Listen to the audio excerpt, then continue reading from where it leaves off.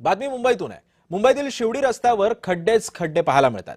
प्रशासनाकडून खड्डे बुजवण्यासाठी तात्पुरती सोय करण्यात आली, मात्र या सगळ्या पार्श्वभूमीवरती नागरिकांनी मात्र नाराजीचा सूर उमटवलेला आहे। याच शिवडी रस्त्यावरून आढावा घेतला आमचे प्रतिनिधी ज्योत्स्ना गंगणे यांनी।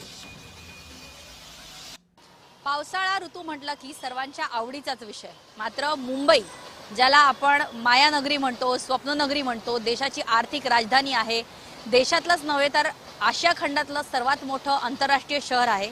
या मुंबईकरांना जेव्हा पावसाळा म्हटलं तर चरखन अंगावर काटा येतो। त्याचं कारण असं, कारण मुंबईमध्ये ज्या वेळेस मोठा पाऊस पडतो, धोधो पाऊस पडतो, तेव्हा रस्त्यांची चाळण झालेली पाहायला मिळते।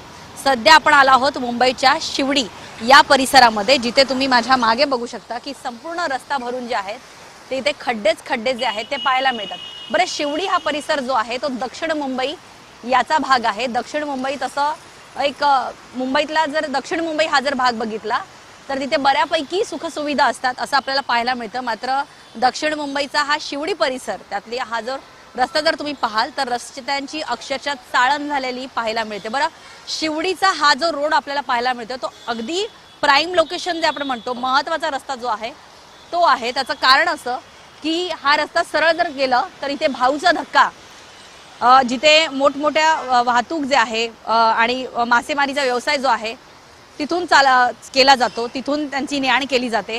त्यानंतर माझ्या डोक्यावरती तुम्ही जो हा ब्रिज बघताय तो चेंबूरला जातो आणि त्या बाजूला जो रस्ता आहे तो अटल सेतू आहे। मात्र या अटल सेतूच्या खाली आपण जर बघितलं, शिवडीचा जो हा प्राईम लोकेशनचा रस्ता जो आहे आणि थोड्याच अंतरावरती शिवडी हे रेल्वे स्टेशन सुद्धा आहे।